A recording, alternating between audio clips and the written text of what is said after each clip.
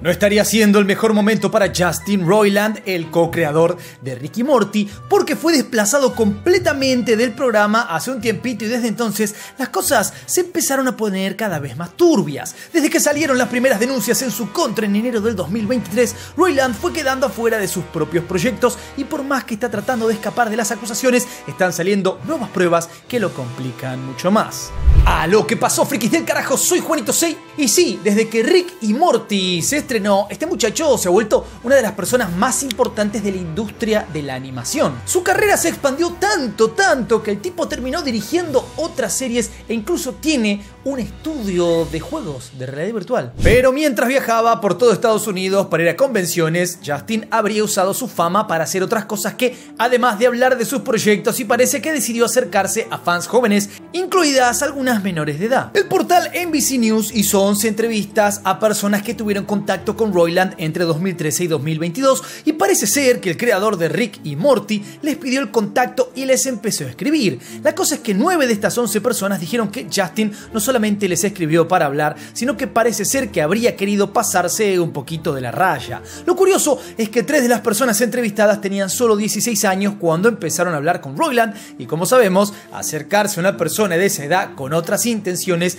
es algo que en la mayor parte del mundo está fuera de la ley. Para demostrar sus historias, las 11 personas mandaron todo tipo de pruebas a NBC News, como fotos, videos, mensajes de redes sociales y hasta facturas de viajes de avión. Parece ser que Roiland hablaba seguido con los fans de Rick y Morty en las redes sociales, pero también lo habría hecho en aplicaciones de citas. Cuentan los testimonios que Justin les decía cosas lindas, les preguntaba sus edades, de dónde eran, pero también cuentan que las conversaciones habitualmente iban subiendo de tono y también les preguntaba por su orientación sexual y se ofrecía a pagar todos los costos con tal de que fueran a verlo en persona. Una mujer contó que Roiland la había contactado por Tinder y ella aceptó la invitación a una cita, pero las cosas se pusieron horribles porque él la habría obligado a hacer unas cuantas cosas después de que ella dijera que no. Otra chica dijo que aceptó la oferta de Roiland de viajar a Los Ángeles para quedarse con él, pero cuando llegó notó que Justin se la pasaba tomando cualquier cantidad de alcohol y además quería hacer un trío a como diera lugar. La cosa es que esta chica que Roiland había contactado por Tinder sintió que el co-creador de Rick y Morty se habría aprovechado de ella y dijo que la dejó mentalmente traumatizada. Estas dos primeras mujeres que contaron su historia a NBC News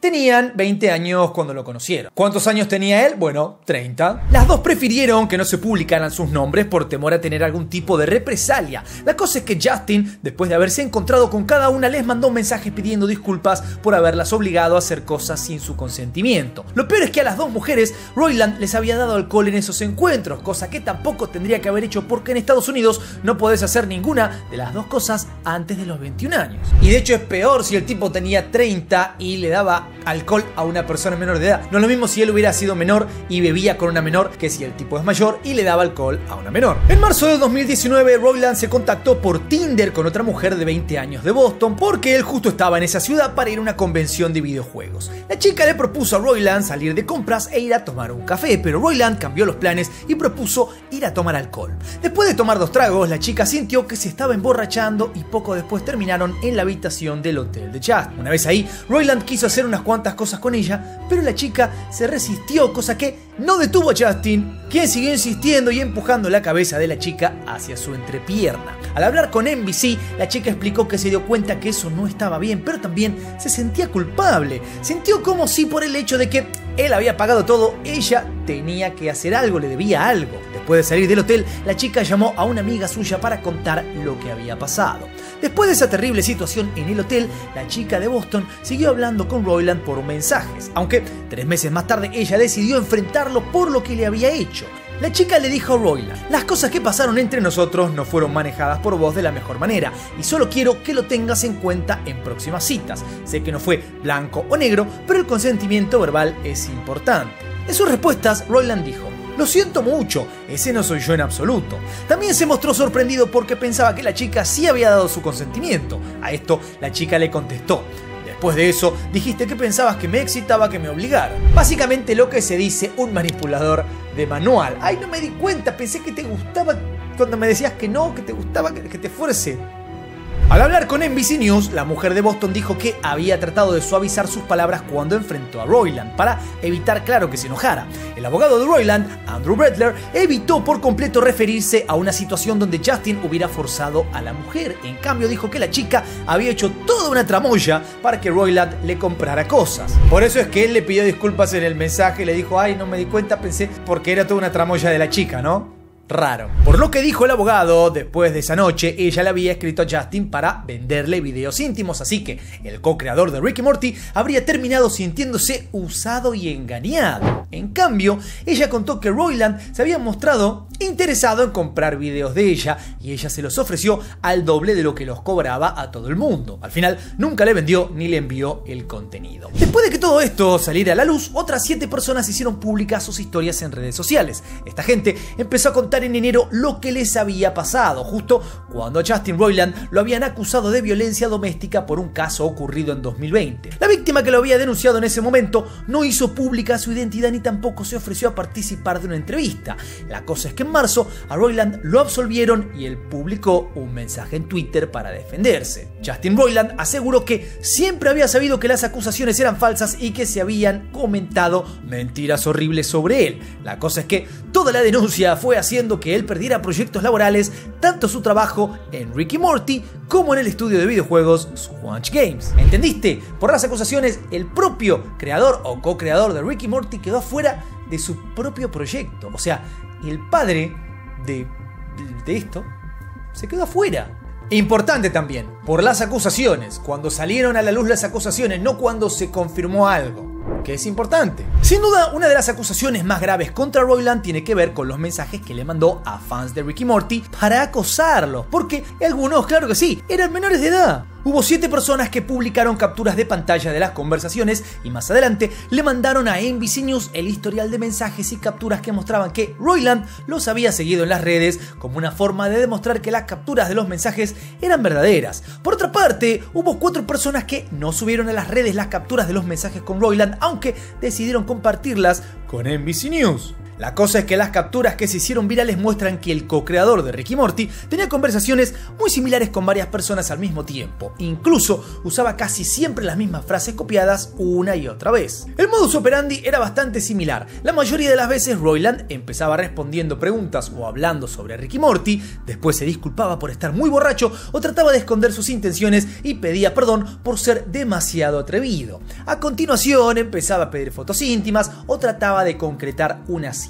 A veces, si las personas no le daban enseguida lo que él quería, dejaba pasar semanas o meses para volver a insistir. En varios mensajes, Roiland se refería a esta gente como jailbait, que es una forma polémica de decirle a una persona menor de edad que es tan atractiva que podría hacer que un mayor termine en la cárcel. O sea, carnada de cárcel básicamente es lo que significa la palabra jailbait.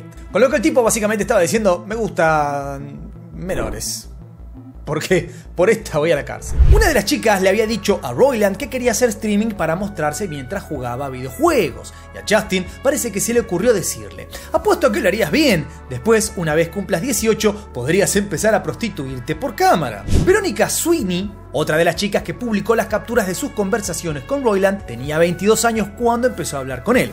Roiland le preguntó si tenía novio y Sweeney respondió que no estaba interesada en los hombres. El co-creador de Rick y Morty le dijo: no te gustan los chicos, eso es genial, tengo una novia increíble, te gustará si te gustan las chicas. Sweeney había arreglado con Roiland para encontrarse con él y con su novia en la Comic Con de San Diego en 2014. Al final no hubo ninguna reunión, pero Sweeney más adelante pensó que Roiland le había ofrecido cosas parecidas a otras personas. Al principio, ella no pensaba que Justin hubiera dicho algo demasiado turbio, pero más adelante su opinión cambió cuando empezaron a salir casos de chicas menores de edad a las que Roiland había contactado. Jana Waters fue una de las que publicó capturas de pantalla de sus conversaciones con Roiland. Dijo que comenzó a hablar con Roiland en 2016 cuando él tenía 35 años mientras que ella tenía 16. Primero se mandaban mensajes directos de Twitter y más adelante intercambiaron sus números para mandarse mensajes de texto.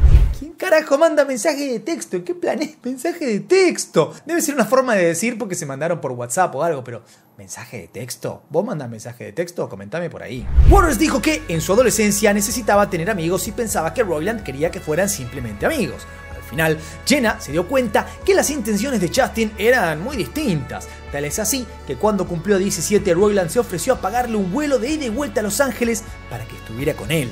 Jenna dijo que le encantaría, pero le aclaró a Roiland por las dudas que todavía era menor de edad. Él no volvió a mencionar el viaje a Los Ángeles, pero en 2019 invitó a Jenna a una fiesta que estaba organizando para los empleados de su empresa de videojuegos Raleigh, en Carolina del Norte. Waters para ese momento ya tenía 20 años y como vivía a unas horas de viaje decidió ir, así que Roiland finalmente terminó pagándole el viaje. De nuevo, es importante recordar que esta chica era menor, tenía 20 años, por lo tanto no le podían dar alcohol. Igualmente, Roiland le ofreció tragos en la fiesta y después la invitó junto a otras dos mujeres a un departamento alquilado. Todos fueron a ese lugar y Roiland le exigió a Jenna que besara a las dos mujeres que estaban con ellos, pero como Waters se negó, la reunión se terminó. La última vez que ella y Roiland hablaron fue en mayo del 2020. Jenna dijo que solía ver a Roiland como a un amigo y a un maestro, aunque más adelante vio que él tenía intenciones de hacer que la relación pudiera volverse sexual.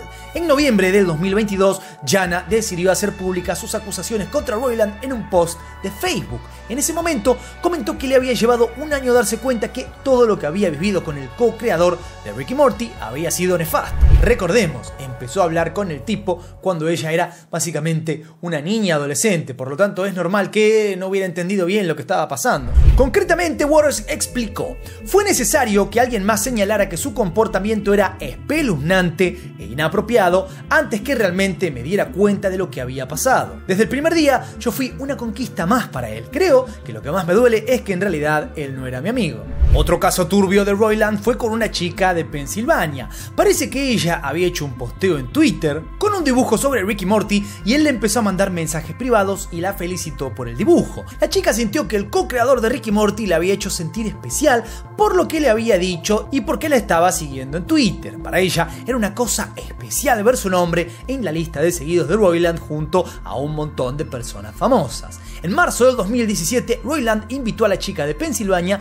a visitarlo en Los Ángeles y una vez más se ofreció a pagarle el viaje en avión. Ella aceptó y le dijo a Roiland que nunca había viajado tan lejos. Por eso, el padre de la chica quiso hacer una llamada para hablar con Justin y él le respondió que la hija estaría segura en su casa. Después de la llamada, parecía que el creador de Rick y Morty era muy responsable por cuidar a su invitada, pero antes del viaje, Roiland se puso un poco más turbio y empezó a mandarle mensajes subidos de tono. Unos días después, Roiland fue a buscar a la chica al aeropuerto y esa noche la llevó a una fiesta por el estreno de la tercera temporada de Rick y Morty. La chica se sintió un poco rara porque Roiland estaba de fiesta con sus amigos, incluyendo a algunos youtubers famosos. Cuando la gente se empezó a ir, la chica se quedó con Roiland y su amiga y un momento después los tres fueron al jacuzzi, tomaron licor y después los recuerdos de la chica empezaron a ser borrosos. Lo que sí es seguro es que Roiland empezó a pasarse de la raya y a pedirle que hiciera cosas que no se pueden mencionar porque si no van a desmonetizar el video. Y lo que también es seguro es que Roiland le habría metido algo en su bebida porque muy rápidamente la chica